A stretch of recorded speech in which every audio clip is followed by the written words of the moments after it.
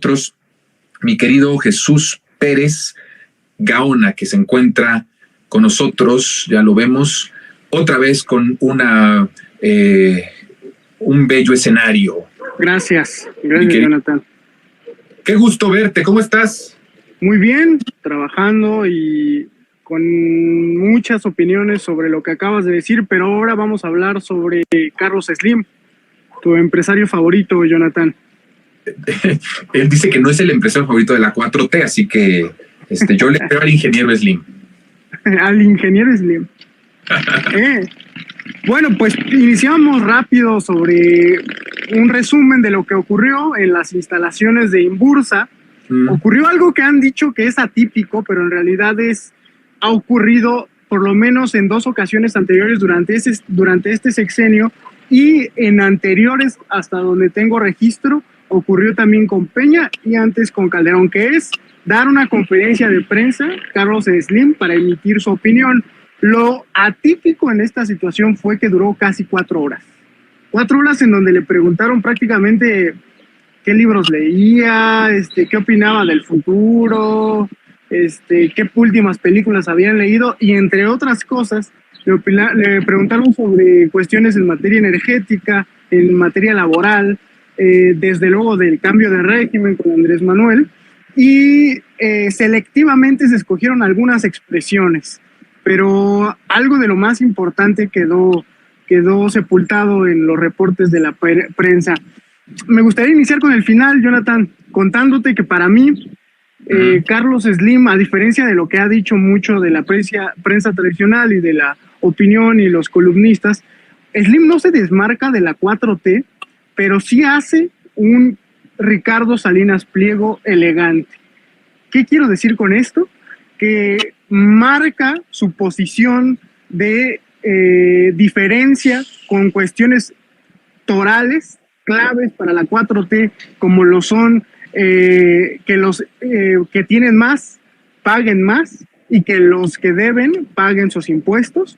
Él dice abiertamente, de una forma muy elegante: yo estoy en contra de eso, yo estoy en contra de un impuesto a los ricos y estoy en contra de que nos cobren más si nosotros somos los que generamos la riqueza. Típico argumento de libertario del siglo XXI. Y otra cosa que me parece que lo convierte en una figura ahora de empresario rijoso al estilo de Salinas Pliego, aunque elegante, es que demanda cuestiones que para mí son irrenunciables dentro de este nuevo régimen de la 4T, para abrirle espacio de negociación a figuras que han quedado relegados en esta división del poder político y poder económico. En particular me refiero a: necesitamos más inversión privada, necesitamos que el Estado proteja a los empresarios que los ha dejado descubiertos, y necesitamos que las inversiones que vayan dirigidas a los sectores claves para los inversionistas. Lo resume el propio Slim diciendo: Telmex ya no es negocio, ¿no? Como un multimillonario llorando por los centavos. Jonathan. Oye, pero también el ingeniero, bueno, yo tengo mi lectura de lo del ingeniero, hablé un monólogo completo con respecto a lo que pensaba. Me parece que Slim es uno de las creaciones del salinismo, de lo que yo llamo el salinismo neoliberal. Es uno de los hijos primogénitos de este régimen, con todo lo que eso significaba, el crear una oligarquía suficientemente poderosa para controlar las regiones del país, para lo que para lo que al final vivimos como país y como pueblo en los años venideros. Estamos hablando de 30 y tantos años, ¿no? Por un lado, y también por el otro, vi que era sensato, porque creo que también el ingeniero pertenece a un grupo oligárquico que en estos momentos no está patrocinando guerra sucia en contra de López Obrador y se mantiene como en un estado mucho más sin intervención, dejando que las cosas vayan fluyendo, porque al final ellos han visto que en sus negocios no les ha ido mal, no porque sean beneficiarios de un régimen, sino porque hay verdaderamente un clima de inversión, un clima de prosperidad económica muy importante, muy interesante, y que prefieren no meter las manos en este proceso, porque incluso se vio moderado al decir: no voy a decir las críticas que tengo hay cosas buenas, hay cosas malas, pero las malas me las reservo hasta que termine el sexenio, porque además también entendía el ingeniero que no iba, que él dijera malo, se iba a ocupar electoralmente en contra de la Cuarta Transformación, ¿no? Pero sin duda que él sigue perteneciendo a ese grupo oligárquico, a ese grupo que se benefició, que devoró al país, sin duda alguna, sigue ahí. Hay unas críticas que me parecen interesantes, no sé cómo las leas tú, tanto a Calderón como a Peña Nieto. Estamos viendo a un hombre que duplicó su fortuna en este sexenio. Pasó de 49,000 millones de dólares aproximadamente a llegar a 103,000. Se convirtió en el segundo hombre más rico no estadounidense del mundo. Y yo creo que lo propongo como una forma elegante de participar en política, Jonathan, porque no es un tipo que usa las redes sociales al estilo del dueño de TV Azteca, que lo mismo critica el físico de alguna lideresa de Morena que regala dinero a diestra y siniestra como si fuera una estrella de televisión, y al mismo tiempo está exigiendo obras y nueva inversión en su campo. No, yo creo que Carlos Slim sale a negociar, Jonathan. Yo lo que estoy viendo es un negociador rudo que le dice, estuvo muy bien lo que hicimos, pero no es suficiente. Podría incluso utilizar sus palabras para tomar la distancia. Sí, te escucho. Solamente una cosa, a ver, tendríamos que ser muy, muy serios en esto, porque no necesariamente que dupliques tú una fortuna significa que esa fortuna se duplicó por un contrato del Estado, que no lo es, ¿eh?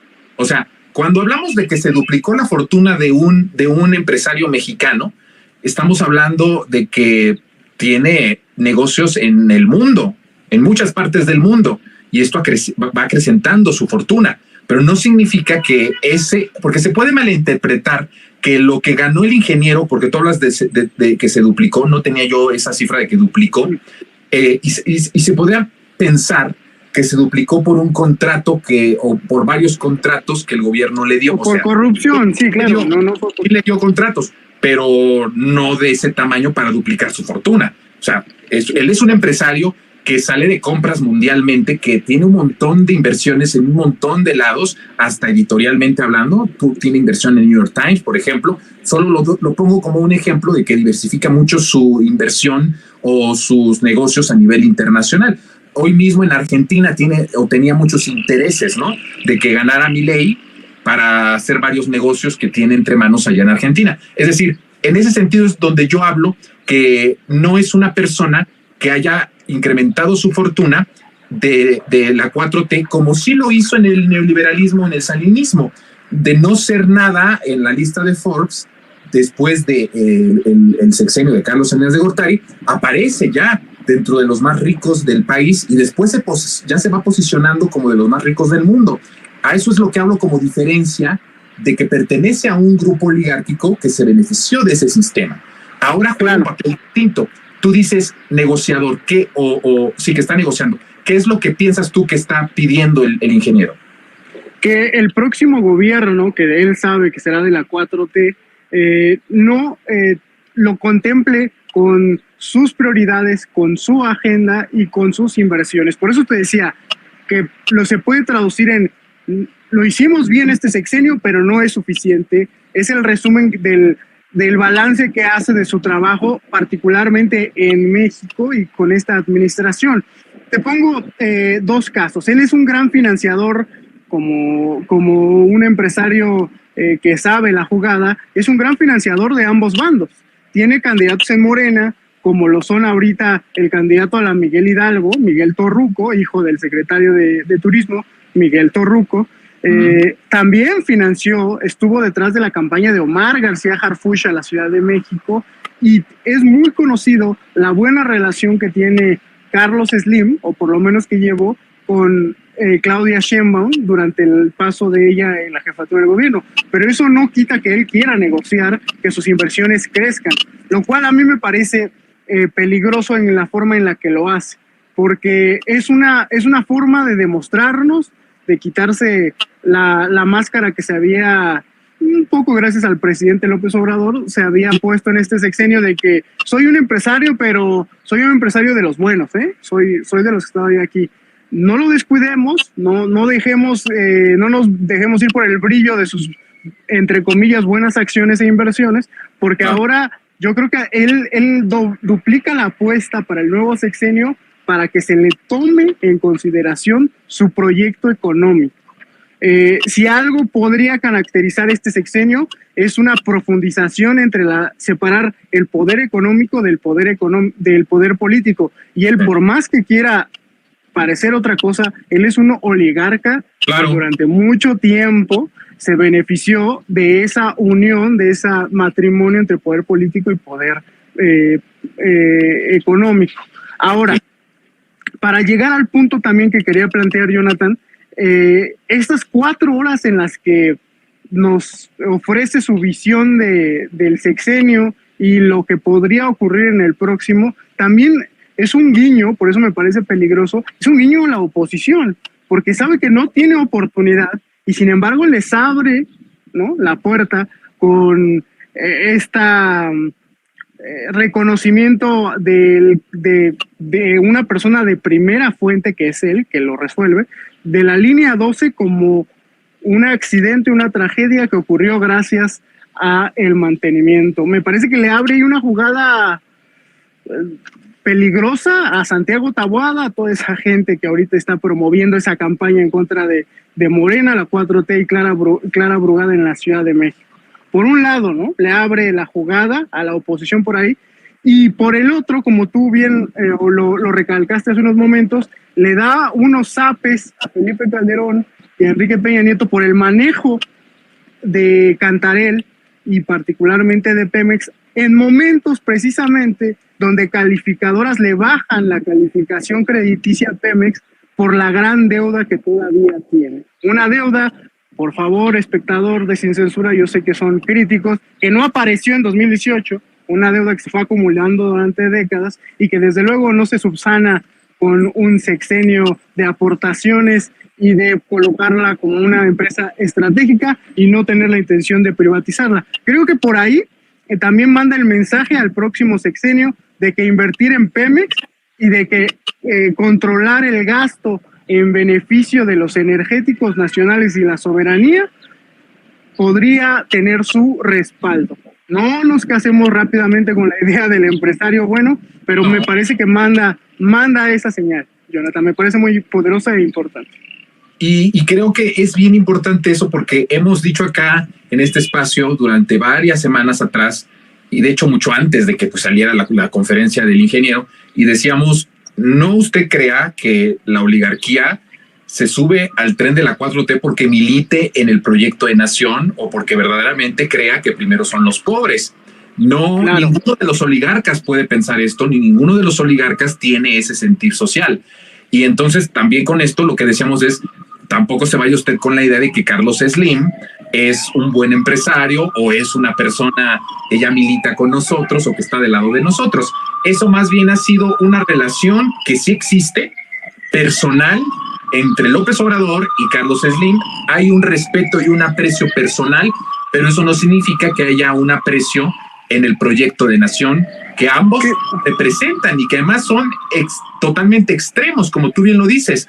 Slim no se puede explicar su existencia, su riqueza tan impresionante sin el matrimonio que justamente López Obrador vino a terminar y vino a divorciar a partir de 2018.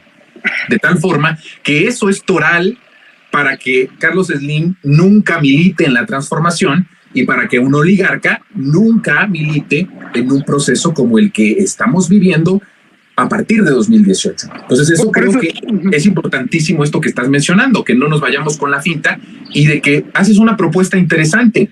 Está tratando de entrarle con sus condiciones a lo que viene o lo que va a ser el próximo sexenio. Pues me parece que sí, que tiene sentido.